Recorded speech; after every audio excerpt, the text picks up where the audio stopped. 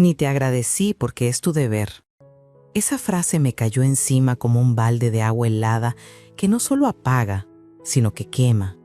Me la repetí en la cabeza una y otra vez hasta sentir que cada palabra raspaba por dentro como si estuviera hecha de vidrio molido.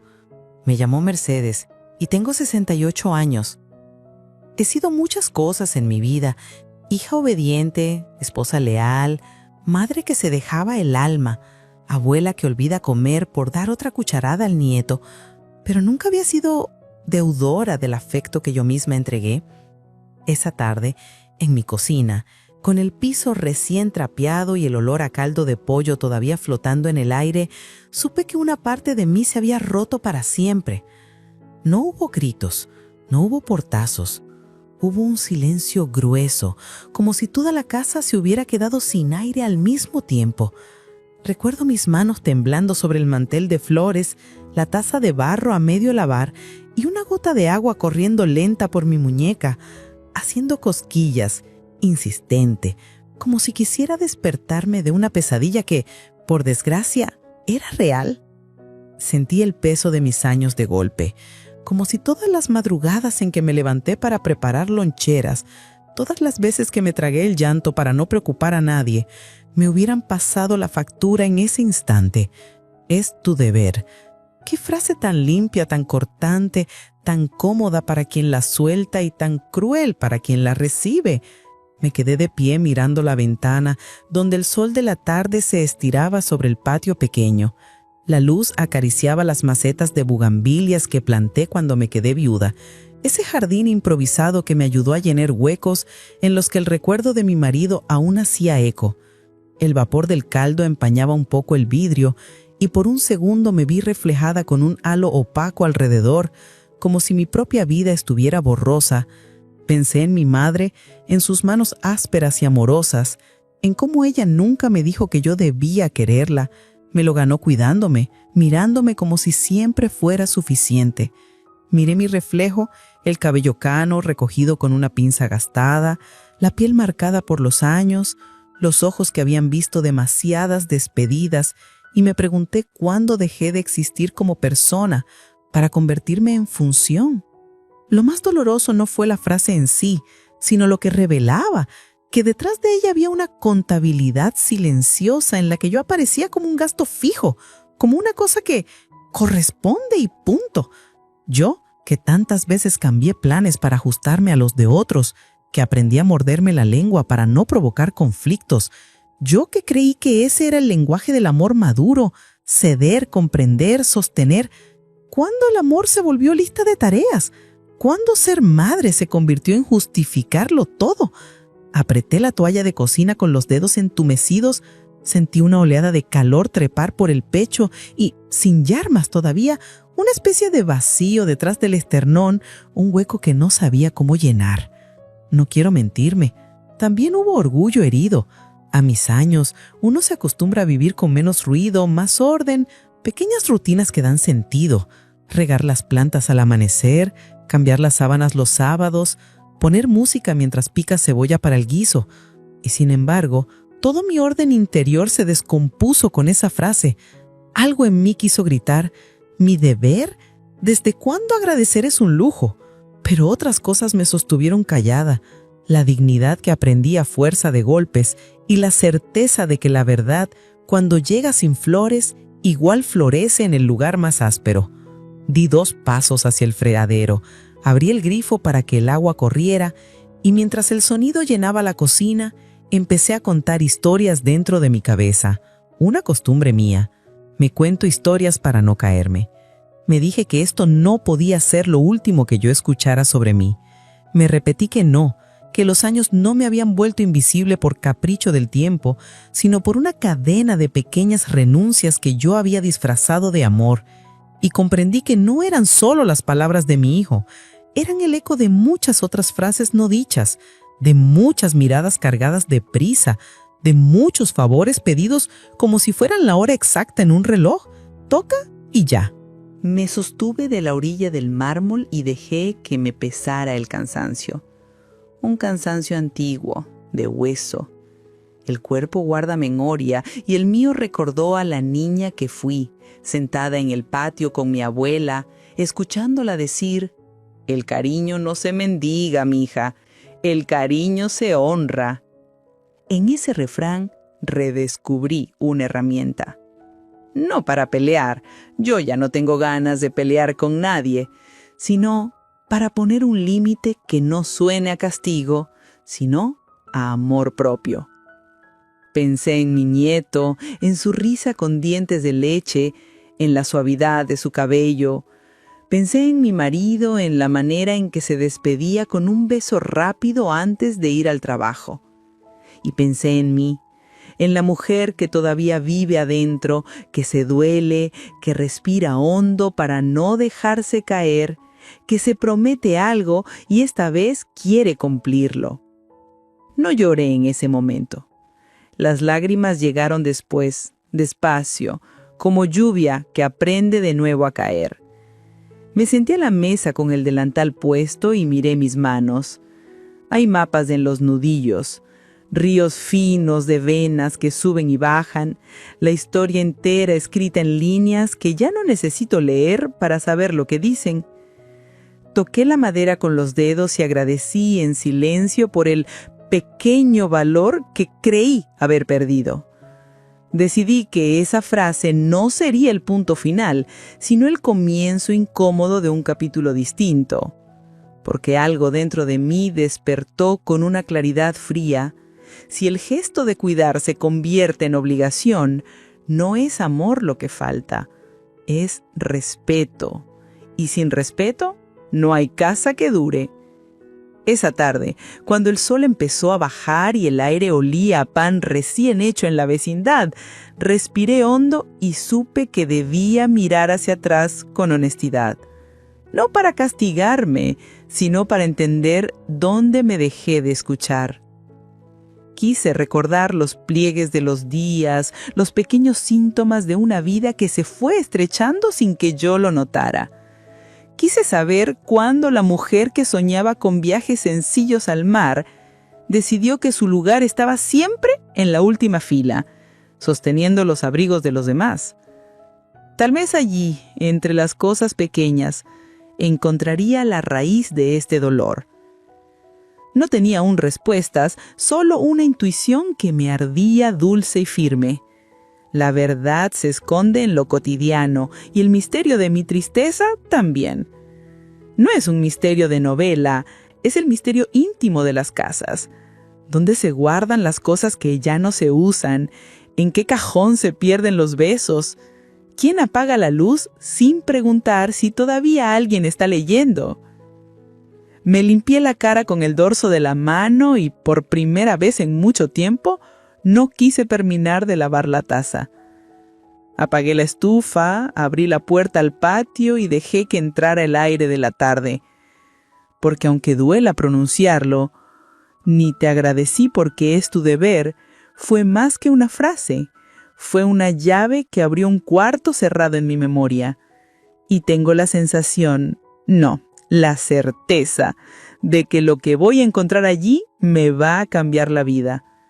No sé aún cómo ni cuánto, pero presiento que el hilo que voy a jalar empieza con una pregunta vieja y urgente. ¿En qué momento dejé de pertenecerme? Durante años mi vida giró alrededor de los demás. Mi casa no era solo mi refugio, era el punto de encuentro donde todos caían cuando algo se rompía en sus vidas. Era yo quien ponía la olla de frijoles en el fuego y las servilletas dobladas en la mesa, quien escuchaba sin mirar el reloj, quien decía, no te preocupes, mientras mi corazón se hacía pequeño por dentro. Cuando me quedé viuda, en lugar de recluirme, abrí aún más las puertas. Me parecía que si la casa estaba llena de ruido, la soledad no me alcanzaría. Y así lo hice. Nietos, vecinos, amigos de mis hijos, todos encontraban en mi sala un sillón libre y un café caliente. Pensaba que de esa manera sería necesaria. Por las mañanas, la rutina era mi salvavidas. Me despertaba antes del amanecer, ponía a calentar el agua para el té, regaba las plantas del patio y barría la entrada aunque no hubiera hojas. El orden era mi forma de mantener la mente tranquila. Me gustaba sentir el aroma a pan tostado mientras la radio murmuraba noticias en voz baja. A veces, cuando la luz entraba suave por la ventana, me detenía unos segundos a mirar las fotos enmarcadas, el día de la boda de mi hijo mayor, la primera comunión de mi nieta, un retrato familiar donde todos sonreíamos como si la felicidad fuera eterna. Esas imágenes eran mi combustible para seguir, para creer que el sacrificio valía la pena.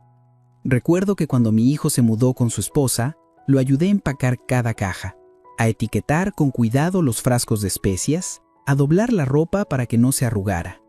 Lloré en silencio cuando cerró la puerta de su cuarto por última vez, pero también me sentí orgullosa.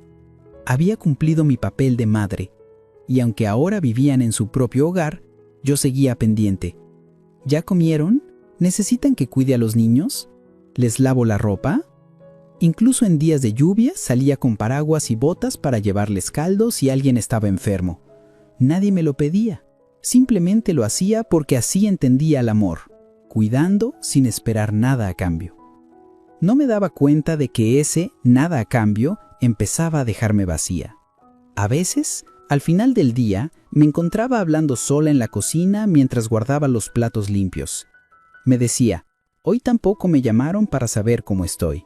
Y luego me regañaba en silencio, no seas exagerada, Mercedes, los jóvenes tienen su vida. Pero en el fondo dolía. Dolía que las llamadas fueran solo para pedirme algo, que las visitas coincidieran con un favor pendiente, que mis cumpleaños pasaran casi desapercibidos salvo por un pastel comprado deprisa. Mi vida era como un río que seguía fluyendo, pero no por mí, sino para sostener los barcos de los demás. Y lo hacía sin protestar. Los domingos eran los días de mayor movimiento. Yo preparaba comida para 10 personas, aunque a veces solo venían 4. Siempre había de más por si alguien llegaba de improviso. Esa costumbre me la dejó mi abuela. Más vale que sobre a que falte, decía. Y así me acostumbré a que sobrara comida, pero me faltara tiempo para mí. Hubo días en que soñé con viajar, con visitar el mar otra vez. Hace más de 20 años que no huelo la brisa salada ni siento la arena entre los dedos. Pero cada vez que lo pensaba, algo pasaba. Una tarea escolar que ayudar, una enfermedad de alguien, una deuda que cubrir. Mis ahorros se iban en medicinas, útiles, arreglos de la casa que ya no era solo mía, sino de todos. Y yo me convencía, habrá tiempo después. Pero el después nunca llegaba. Había en mí una mezcla de orgullo y agotamiento. Orgullo porque mi familia estaba de pie en gran parte gracias a mí. Agotamiento porque parecía que nadie lo veía. Y sin embargo, yo seguía sonriendo en las fotos, sirviendo café a quien llegara, diciendo frases como, aquí estoy para lo que necesiten, aunque por dentro quisiera decir, también necesito que alguien esté para mí. Con los años, empecé a sentir que mi vida era como una silla vieja de madera, firme, confiable, pero lleno de rayones que nadie repara porque sigue cumpliendo su función. Me preguntaba si alguna vez alguien se detendría a lustrarla, a agradecer que estuviera ahí sosteniendo el peso de todos. Pero callaba. Callaba porque pensaba que así debía ser, porque así me educaron. La madre es el centro y el centro no se mueve. Ese retrato de mi vida antes del golpe fue lo que hizo que las palabras de mi hijo me atravesaran con tanta fuerza. No era solo la frase de un día cualquiera, era la confirmación de que para ellos mi entrega se había vuelto tan natural que ya no merecían ni un gracias.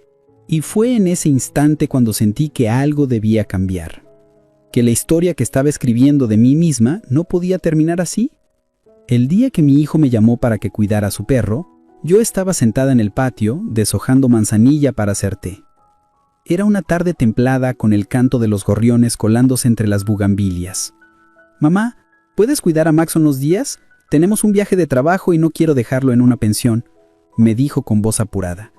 Ni siquiera dudé. «Claro, tráelo cuando quieras». Sentí en el pecho una mezcla de orgullo y ternura. Para mí era un honor que confiara en mí para algo tan importante como su mascota. No era solo un perro, era parte de su familia, y de alguna forma ese gesto me hacía sentir que todavía era indispensable. Max llegó esa misma noche, con su cama, su plato de acero, sus croquetas y una lista escrita a mano con horarios de comida, paseos y hasta qué palabras le gustaban escuchar.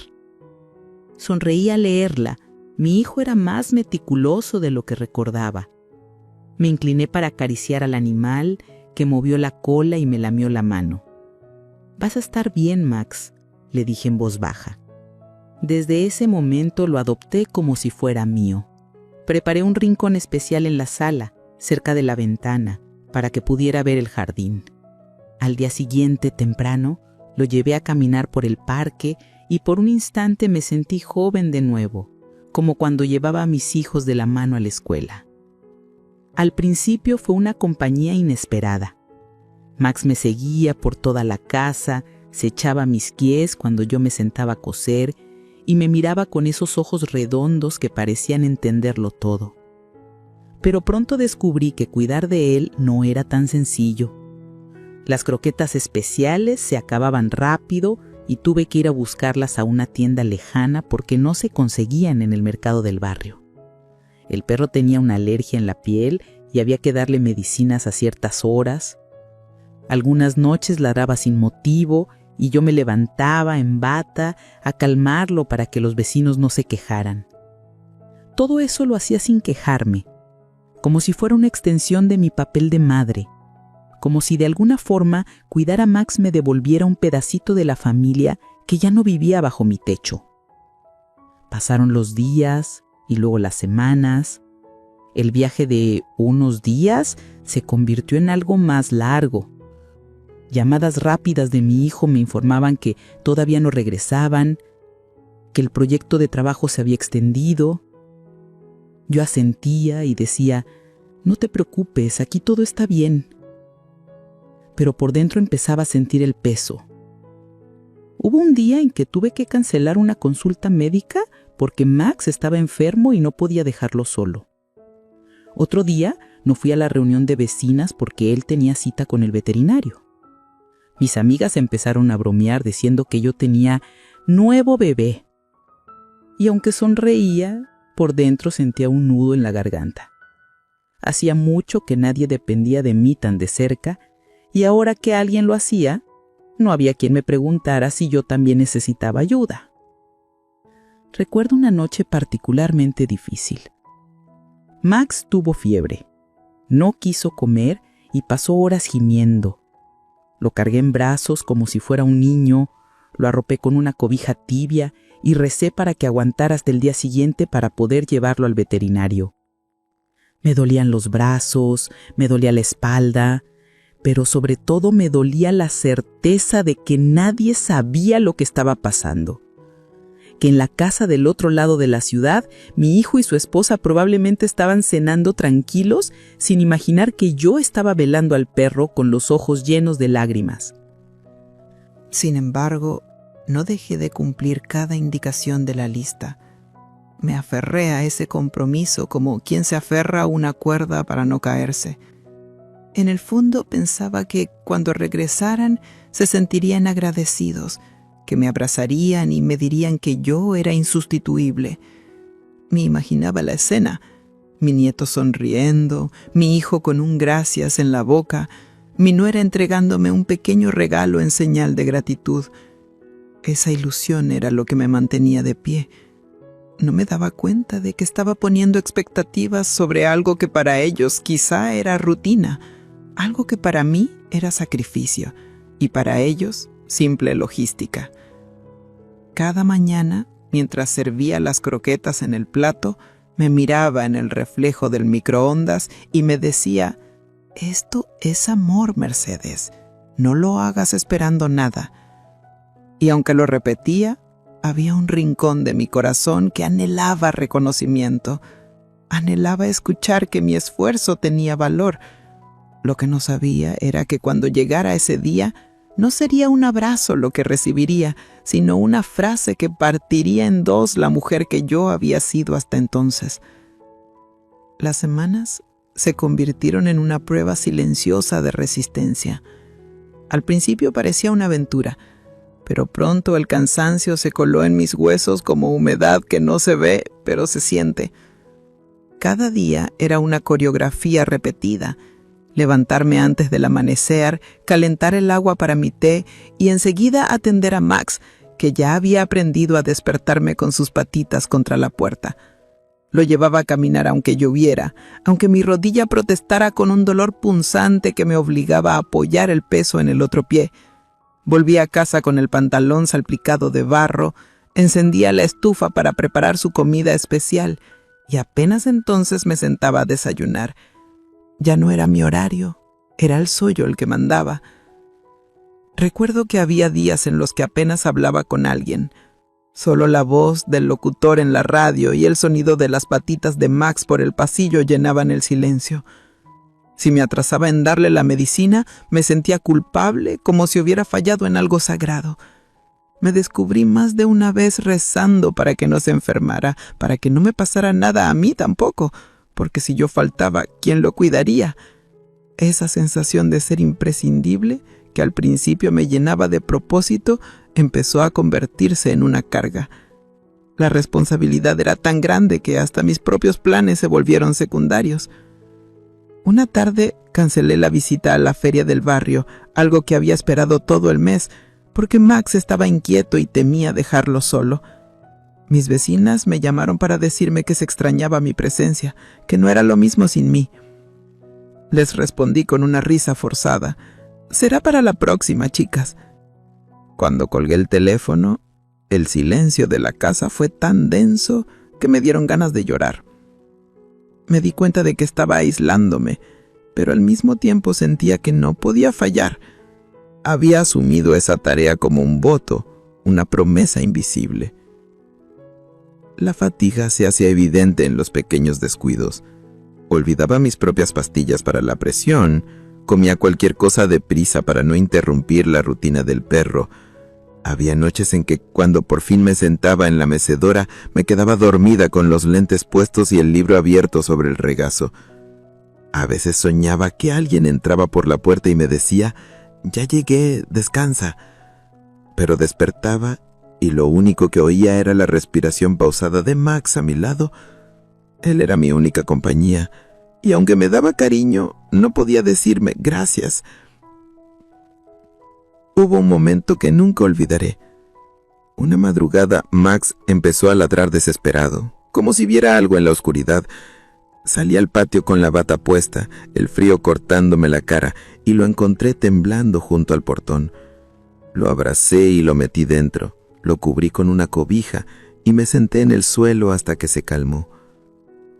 Allí, con la espalda apoyada en la pared fría, pensé en lo irónico que era todo.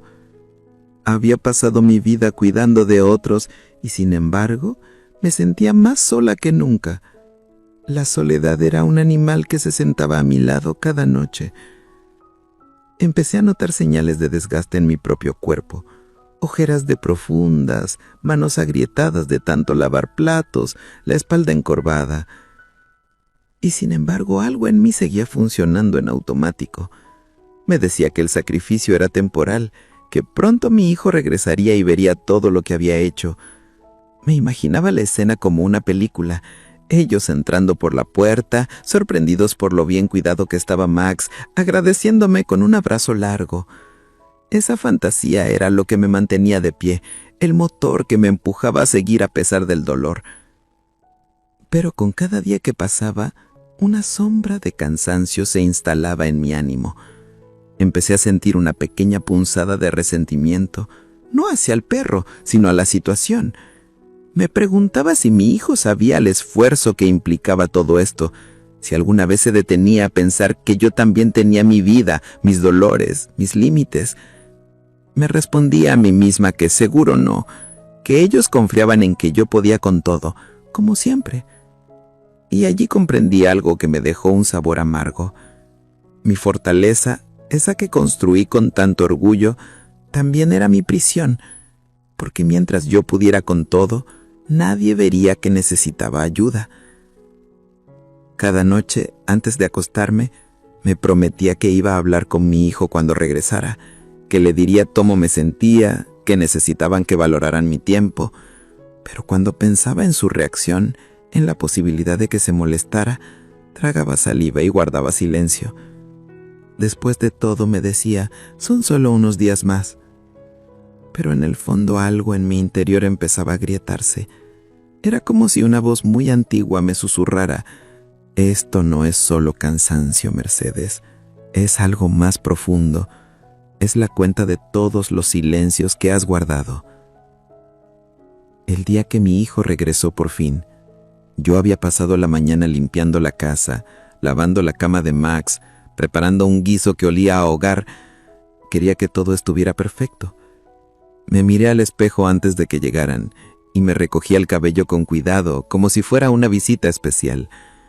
Cuando escuché el sonido del portón abrirse, el corazón me dio un salto. Max corrió a su encuentro moviendo la cola y yo sonreí, sintiendo que el sacrificio había valido la pena. Me preparé para recibirlos con alegría y en mi mente para escuchar ese gracias que había esperado durante semanas. Pero en lugar de gratitud, lo que recibí fue una frase que me cortó las piernas. Ni te agradecí porque es tu deber. No hubo abrazo, no hubo mirada de complicidad, solo esas palabras, dichas con naturalidad, como quien comenta el clima. Las escuché retumbar en mi cabeza mientras mi sonrisa se congelaba en el rostro. Me quedé inmóvil, con la cuchara de madera en la mano, como si el tiempo se hubiera detenido. Fue como si alguien hubiera tirado al suelo un jarrón delicado y lo hubiera dejado hecho pedazos sin ni siquiera agacharse a recogerlos. Sentí que la sangre se me iba a los pies. La cocina se volvió demasiado pequeña, el olor del guiso demasiado denso. Tuve que apoyarme en la encimera para no perder el equilibrio. Es tu deber. ¿Deber? ¿Acaso ser madre me condenaba a ser sirvienta de vida? ¿En qué momento mi entrega dejó de ser amor para convertirse en obligación en la mente de los demás?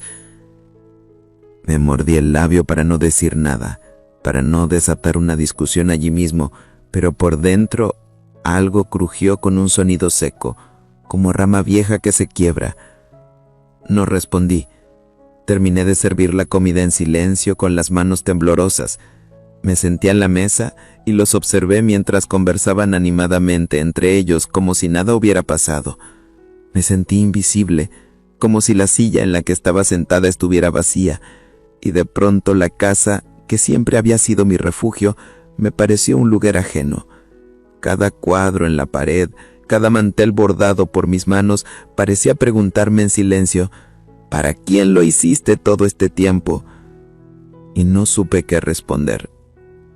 Después de comer, mi hijo se levantó, me dio un beso rápido en la mejilla y se despidió con prisa. Yo lo acompañé hasta la puerta, como siempre, pero esta vez no lo vi irse.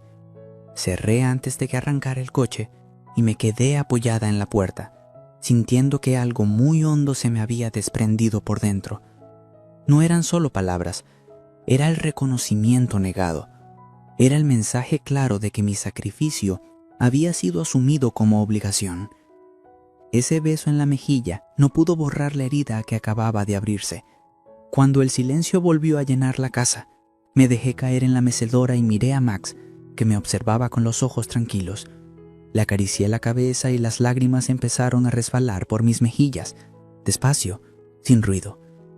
No eran lágrimas de enojo, sino de un dolor que no sabía cómo nombrar. Dolor de sentirse usada, de darse cuenta de que el amor que uno entrega puede ser tan cotidiano para los demás que deja de ser visto. Me abracé al pecho con las dos manos y me prometí que algo tenía que cambiar, que no podía seguir permitiendo que mi vida girara solo en torno a las necesidades de otros. Esa noche no pude dormir. Me quedé escuchando el tic-tac del reloj en la pared, el crujido de la madera, los ruidos lejanos de la calle. Cada sonido me recordaba que estaba sola, que nadie vendría a preguntarme cómo me sentía. Y en ese silencio comprendí que lo que más me dolía no era la frase de mi hijo, sino la certeza de que yo misma había contribuido a esa dinámica. Había dicho que sí tantas veces, había callado mis propios deseos, que ahora mi voz ya no se escuchaba ni en mi propia casa. Cerré los ojos y recordé a mi madre diciéndome cuando era niña: Mercedes, una mujer puede ser generosa, pero nunca debe olvidarse de sí misma. Esa frase me golpeó como si la oyera por primera vez.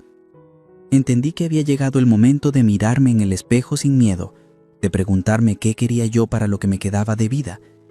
Y esa pregunta, aunque daba vértigo, fue la chispa que encendió algo dentro de mí. Algo estaba a punto de despertar, algo que llevaba demasiado tiempo dormido. Los días que siguieron fueron los más silenciosos que recuerdo. No era el silencio amable de las mañanas con té y radio, sino un silencio pesado que parecía llenarlo todo de polvo. Caminaba por la casa y sentía que las paredes me miraban. Cada objeto parecía tener una historia que me reclamaba. La fotografía de la boda de mi hijo en la sala, el mantel que bordé con mis manos, la mecedora donde mi marido se sentaba a leer. Todo me hablaba, pero yo no encontraba voz para responder. Me convertí en una sombra de mí misma, haciendo las tareas de la casa en automático, comiendo por compromiso, durmiendo por cansancio más que por deseo.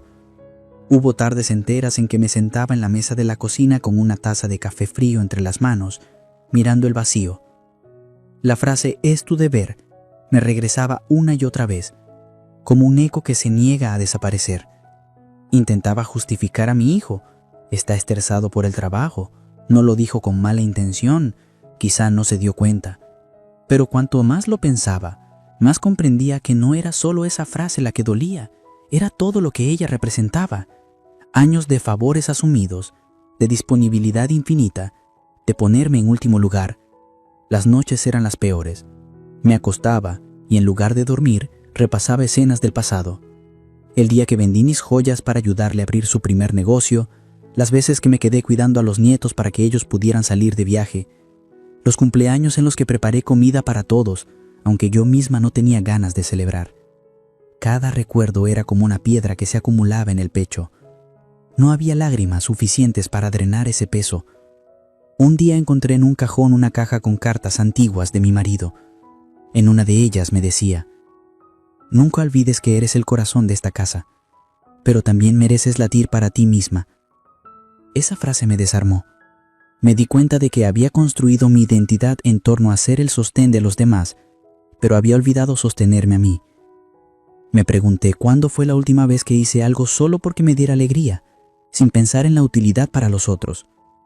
No supe responder. La culpa también apareció disfrazada de preguntas.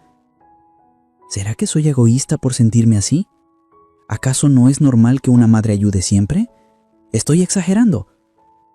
Pero debajo de la culpa había una tristeza profunda, un duelo por la mujer que había sido.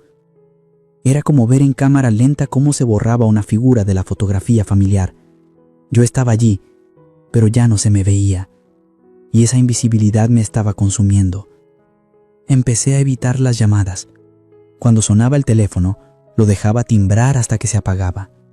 No tenía fuerza para escuchar otra petición, otra demanda disfrazada de saludo. En esos días, Max se convirtió en mi único confidente. Me sentaba a su lado y le hablaba en voz baja.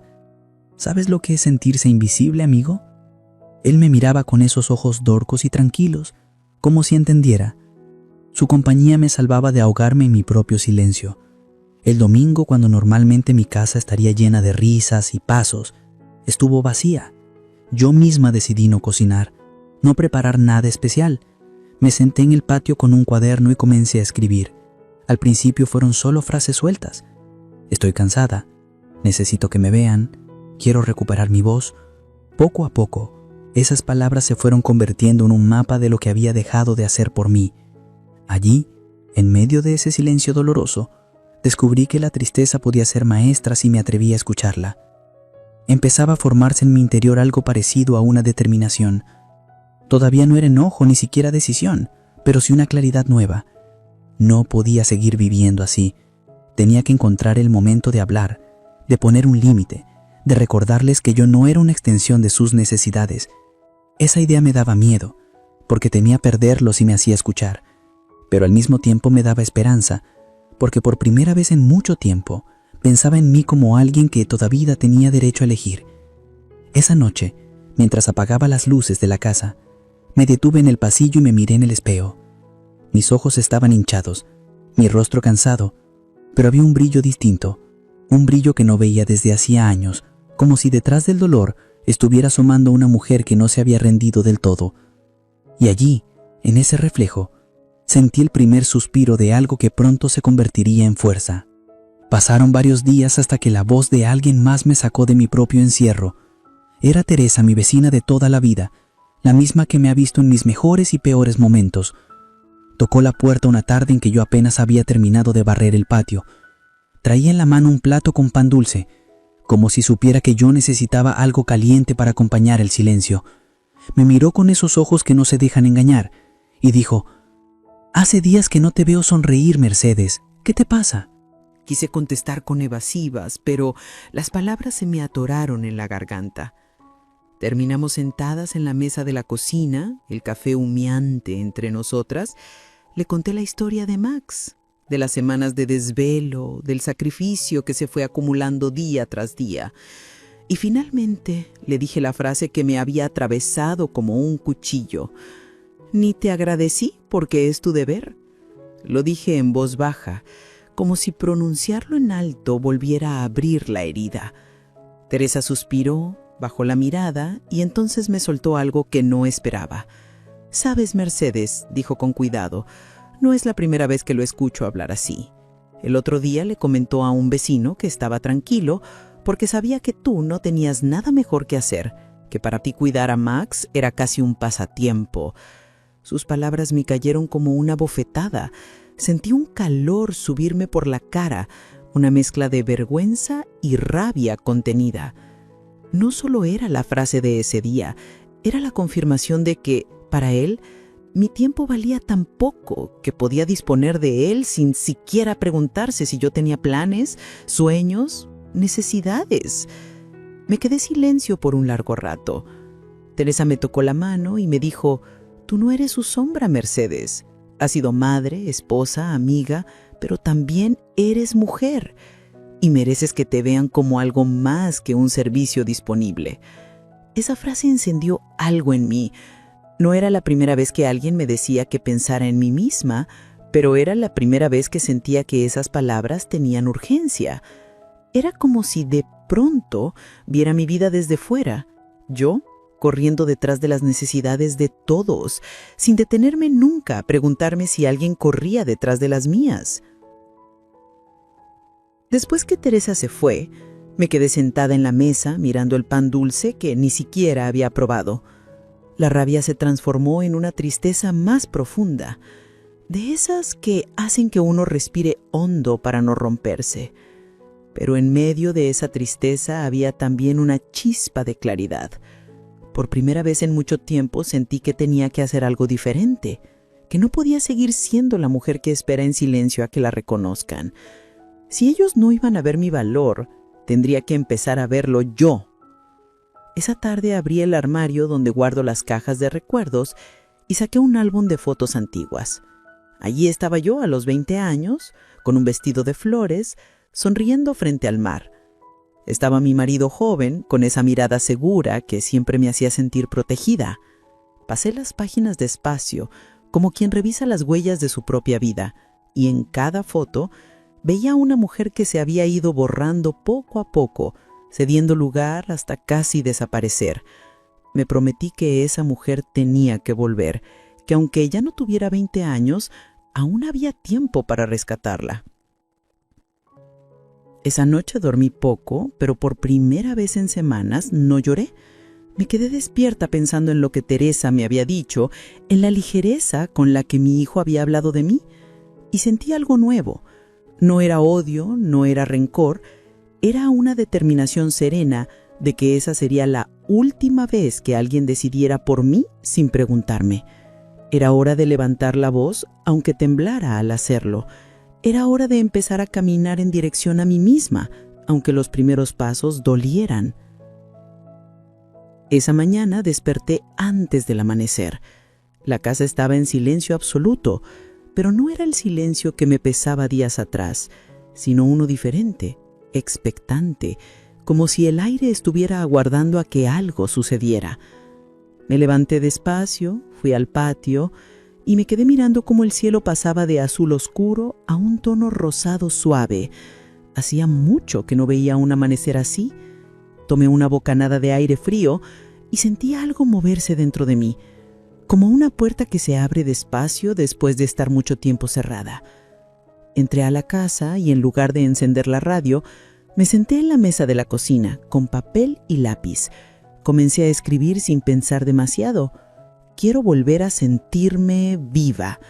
La frase salió casi sola, como si alguien más la hubiera dictado. Luego vinieron otras. Quiero dejar de pedir permiso para existir. Quiero que mi voz vuelva a tener peso. Cada palabra era como un ladrillo que ponía para reconstruirme.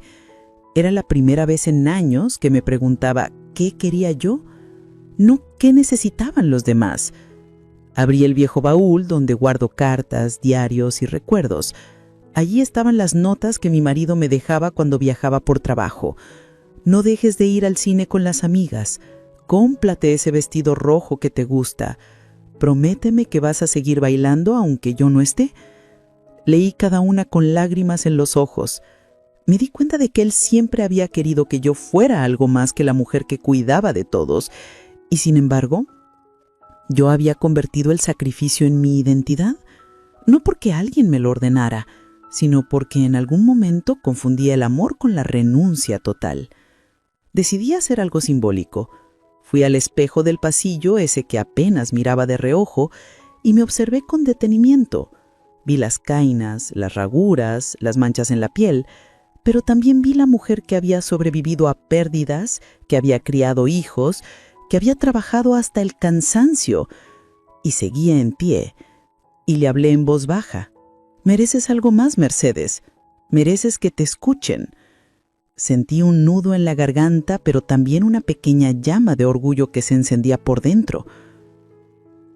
Ese mismo día saqué la ropa que ya no me quedaba o que nunca me había gustado y la puse en una bolsa para donar. Era un gesto pequeño, pero para mí significaba espacio nuevo, lugar para algo diferente. Preparé mi desayuno favorito, pan dulce con mantequilla y café recién colado, y lo disfruté despacio, como un ritual. Por primera vez en mucho tiempo no sentí culpa por ocupar ese tiempo solo para mí.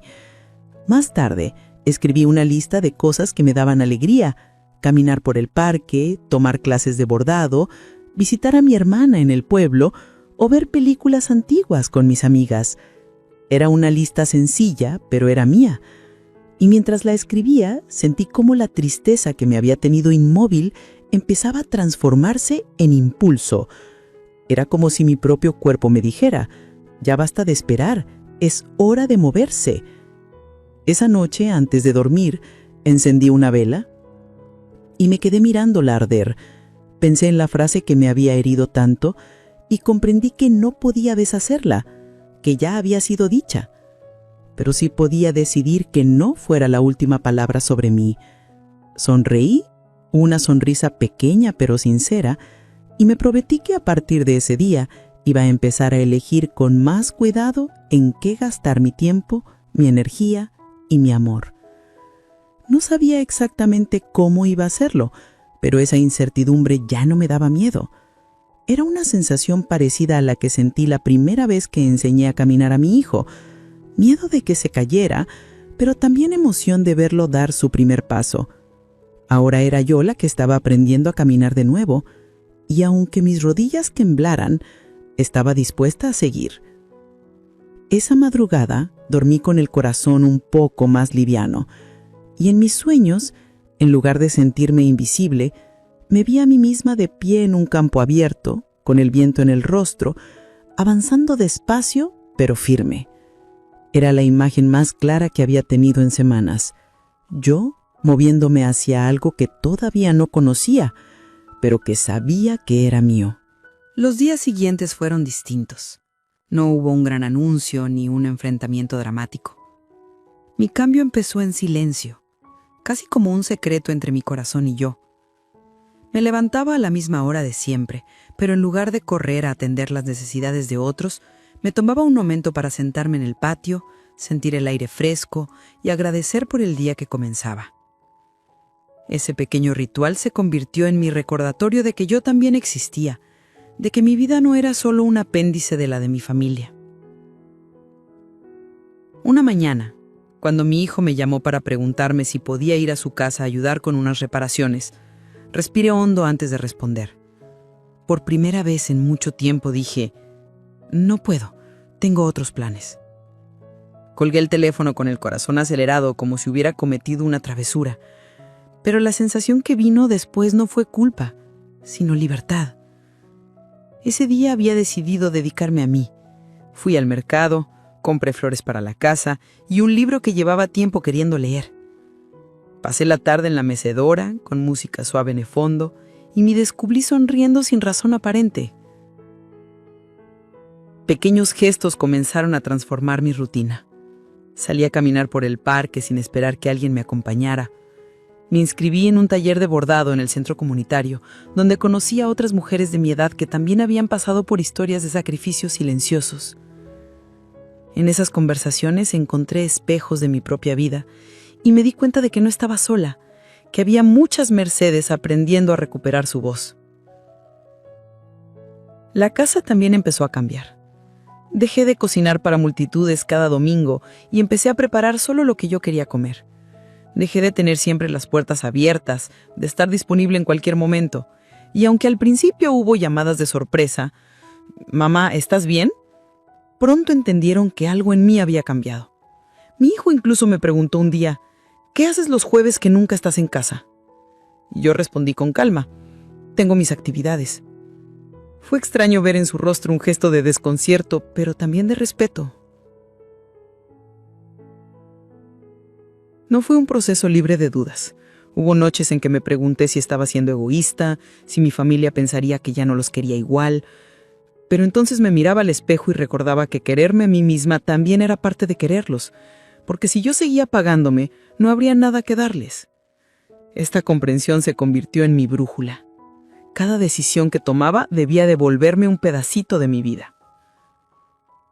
Una tarde, mientras ordenaba el armario, encontré un vestido que hacía años no usaba, uno de color esmeralda que mi marido adoraba. Me lo probé frente al espejo y sentí algo que había olvidado, el simple placer de arreglarme para mí. Esa misma noche fui a cenar con Teresa y otras vecinas. Reímos, compartimos historias y me sorprendió descubrir que podía hablar de mis dolores sin sentir vergüenza. Era como si el peso que había cargado durante tanto tiempo se estuviera deshaciendo, trozo por trozo. No le conté a mi hijo todos estos cambios, no por ocultarlo, sino porque sentía que no necesitaba explicarlo. Era mi proceso, mi regreso a mí.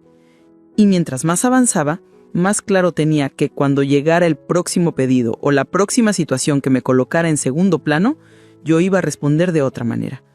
No con rabia, no con reproches, sino con la firmeza tranquila de quien sabe lo que vale. Esa certeza se convirtió en mi plan silente. Recuperar mi vida sin hacer escándalo, sin buscar venganza, solo reconstruyendo cada día un espacio para mí. Era mi forma de rebelión pacífica, mi manera de enseñarle al mundo y a mí misma que yo también merecía tiempo, cuidado y respeto. El momento que había imaginado tantas veces llegó sin que yo lo buscara. Era un sábado por la mañana, cuando mi hijo llamó, su voz con ese tono urgente que yo conocía tan bien. «Mamá, ¿puedes quedarte con los niños este fin de semana? Tenemos un compromiso importante». La vieja Mercedes habría dicho que sí sin pensarlo, habría corrido a preparar la casa y la comida favorita de los nietos, pero la mujer que ahora me habitaba respiró profundo antes de responder. «Lo siento, hijo», dije con voz serena. «Este fin de semana tengo otros planes». Hubo un silencio largo del otro lado de la línea, como si mi respuesta no encajara en su idea de mí. «¿Planes? ¿Qué planes?», preguntó al fin, casi incrédulo. Sonreí. No de burla, sino de certeza. Y respondí, «Planes conmigo misma. Voy a salir de la ciudad, a visitar a tu tía Anita y pasar unos días con ella». Mi hijo tardó unos segundos en reaccionar, luego solo dijo, «Entiendo, que lo disfrutes». Colgué el teléfono con las manos temblando, pero no de miedo. Era la adrenalina de haber puesto el primer límite claro de mi vida. Ese fin de semana fue diferente a todos los demás. Tomé el autobús, Miré por la ventana el paisaje pasar y me sentí ligera. En casa de mi hermana reímos, cocinamos juntas, hablamos hasta la madrugada. Me sentí vista, escuchada, parte de algo sin tener que estar cargando con todo. Volví a casa con el corazón renovado y la certeza de que algo había cambiado de manera definitiva. Cuando regresé, mi hijo vino a visitarme. Me observó con una expresión que no supe descifrar al principio. Había algo de curiosidad, algo de incomodidad y también un respeto que nunca había visto en sus ojos. «Mamá, te noto diferente», me dijo. «Lo estoy», respondí sin dudar. Decidí cuidar de mí también. No hubo discusión, no hizo falta. Sus hombros se relajaron y me abrazó, un abrazo más largo de costumbre, uno que parecía decir sin palabras, «Te veo». No hubo reproches, no hubo cuentas pasadas. Esa fue mi revancha, que mi hijo aprendiera a mirarme de nuevo, que entendiera que yo no era un recurso inagotable, sino una mujer con vida propia. La victoria fue silenciosa pero poderosa, no porque lo hubiera hecho sentir culpable, sino porque había reclamado mi espacio sin gritar. Ese día supe que mi relación con él estaba entrando en una nueva etapa, una en la que mi voz tendría lugar en la mesa. Esa noche, mientras me sentaba en el patio con una taza de té, sentí una paz que hacía años no me visitaba. Miré las bugambilas floreciendo y pensé que yo también estaba floreciendo, a mi manera, en mi tiempo. Recordé la frase que me había herido tanto y entendí que, aunque no podía borrarla, ya no me definía. Lo que me definía ahora era esta serenidad, esta sensación de haberme encontrado de nuevo. Y ahí, en medio del silencio de la noche, me dije en voz baja, perdonar no es olvidar lo que pasó, es decidir que no va a seguir doliendo. Cerré los ojos y sonreí. Por fin entendía que mi poder no estaba en hacer que los demás se sintieran mal, sino en vivir de una forma que me hiciera sentir bien a mí. La revancha no fue gritar ni vengarme, fue recuperar mi dignidad en silencio y mostrarles con hechos que una madre también tiene derecho a ser dueña de su tiempo y de su alegría. El último domingo de ese mes, decidí hacer algo que nunca había hecho, salir a caminar sin rumbo al amanecer. La ciudad estaba en calma, las calles apenas despertando, y yo sentía que estaba naciendo junto con el día. Llevaba un vestido ligero y un pañuelo en el cabello, como cuando era joven. Caminé hasta el parque, me senté en una banca y respiré hondo. El aire fresco llenó mis pulmones y me sentí viva de una forma que había olvidado. Mientras veía a las primeras personas pasear con sus perros, pensé en Max. Recordé las noches en vela, el cansancio, el dolor, pero también la compañía silenciosa que me dio en los momentos más oscuros. Sonreí. No le guardaba rencor, al contrario. Gracias a él descubrí cuán profundo era mi vacío y tuve que llenarlo con algo que no fuera solo sacrificio. Fue como un espejo que me obligó a mirarme de frente. Volví a casa con paso ligero, sin la prisa de antes. Preparé un desayuno solo para mí, café fresco, pan tostado, fruta cortada con esmero. Puse música de mi juventud y la casa se llenó de un sonido diferente, un sonido que hablaba de mí, no de mis obligaciones. Cada rincón parecía nuevo y por primera vez en mucho tiempo no me pesó el silencio. Era un silencio amable que me abrazaba. Ese día mi hijo vino a visitarme sin avisar. Entró y me encontró arreglando mis plantas, tarareando una canción. Me miró en silencio y dijo, «Mamá, me gusta verte así». No hubo disculpas largas, no hicieron falta. Su frase fue breve pero suficiente, y la recibí como quien recibe una bendición. Le ofrecí café y nos sentamos a conversar, no como madre e hijo en deuda, sino como dos adultos que se reconocen mutuamente. Cuando se fue, me quedé mirando la puerta cerrarse, pero ya no con el corazón pesado, sino con gratitud. Había cerrado un ciclo. Me di cuenta de que no necesitaba que nadie me diera permiso para existir, ni agradecimientos para sentirme valiosa.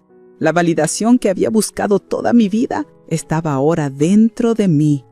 Miré al cielo donde el atardecer comenzaba a teñirse de naranja y sentí que mi historia ya no era una historia de sacrificio silencioso, sino de redención. Aprendí que el perdón no es un regalo que se le da al otro, sino un acto de liberación propia, y que el verdadero poder no está en gritar para ser escuchada, sino en hablar cuando es necesario y en guardar silencio cuando ese silencio es elección, no imposición. Hoy sé que la vida siempre ofrece segundas oportunidades para quien se atreve a tomarlas, que nunca es tarde para recuperar la voz, para reescribir el final de nuestra historia, y que el amor, el de verdad, empieza por una misma, porque nadie puede darte dignidad si no decides primero tratarte con respeto. Respiré hondo, sonreí y me dije, soy más que el deber de alguien, soy la dueña de mis días. Y con esa certeza me levanté, cerré la puerta y dejé que la noche cayera suave, no como un final, sino como el inicio de la vida que había estado esperando vivir. Fin.